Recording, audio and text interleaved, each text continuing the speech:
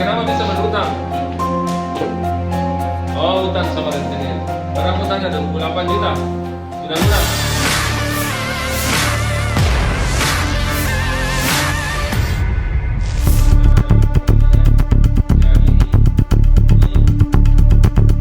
Satreskrim Polres Sinjai meringkus pelaku pencurian perhiasan emas inisial DA.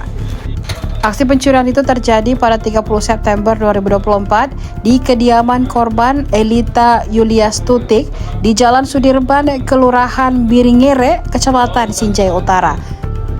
Kasus ini mencuat setelah korban melaporkan kehilangan emas perhiasan ke polisi pada 14 Mei 2025. Laporan tercatat dengan nomor polisi LPB95 Polres Sinjai Polda Sulsel. Pelaku diketahui memanfaatkan waktu saat rumah dalam keadaan sepi. DA merupakan pembantu rumah tangga Elita Yuliastutik dan cleaning service atau petugas kebersihan di RSUD Sinjai.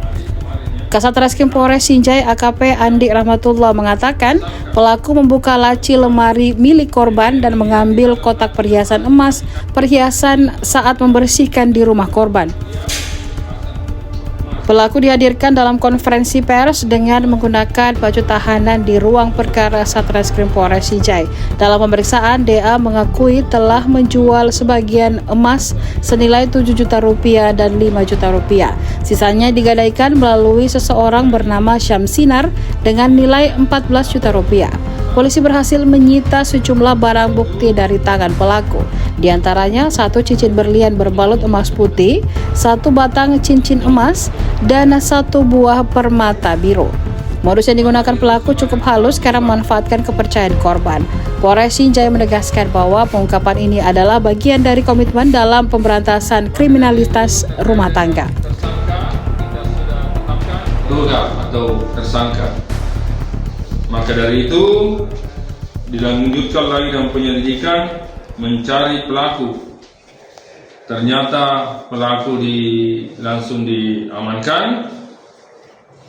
Maka pada saat itu juga dia menjelaskan apa yang menjadi kelakuan dari pelaku, yang mana pada tanggal 30 September sekitar jam 13 pelaku atau tersangka perempuan DA membersihkan rumah majikannya yang bernama perempuan EA.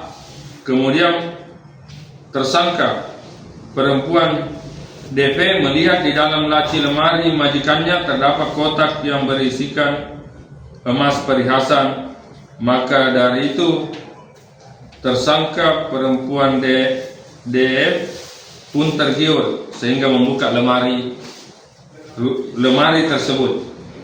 Setelah itu perempuan DF pun mengambil perhiasan tersebut. Kemudian perempuan DF menyimpan perhiasan di WC RSUD. Jadi dia simpan di situ. Pada saat dia simpan di situ, berselang 2 hari kemudian, tersangka perempuan DF ini menjual emas tersebut senilai 7 juta. Ya, jadi 7 juta dia jual.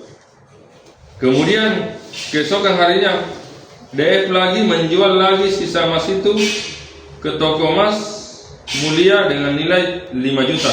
Berarti sudah 2 kali melakukan penjualan. Sisanya diberikan lagi ke perempuan SY berupa 2 gelang, satu pasang cincin giwang, 1 lionting, dan 1 cincin permata biru, 1 cincin anak untuk digadaikan. Jadi dari tadi 7 juta penjualan, kembali lagi 5 juta penjualan, ini digadaikan lagi 14 juta. Kemudian dari hasil penjualan atau gadai itu digunakan membayar hutang. Kemudian tersangka perempuan DF ini kembali memberikan emas kepada Syamsinar untuk dijual. Jadi banyak ini emas yang dicuri. Cuma caranya dia ini mencuri, caranya ini menjual tidak langsung 1 kali, bahkan ada digadaikan. Kemudian penjualan emas terus diberikan kepada perempuan DF. Jadi ada orang digunakan lagi yang menjual, yaitu perempuan SY. SY ini disuruh yang tadi yang pada saat sudah menjual 7 juta, sudah menjual lagi 5 juta, digadaikan lagi 14 juta, ada lagi di belakangnya itu dijual lagi oleh SY dengan senilai 13 juta. Dipergunakan bayar hutang sebesar 28 juta. Sisanya 10 juta digunakan untuk keperluan sehari-hari. Baik. Ini lumayan banyak ini. Jadi dia ini mendapatkan hasil penjualan, hasil gadai, baru dibayar hutang lagi senilai 28 juta, setelah itu digunakan keperluan sehari-hari. Berapa keseluruhan Kak? Berapa uang keseluruhan Kak dari hasil penjualan? 38 juta.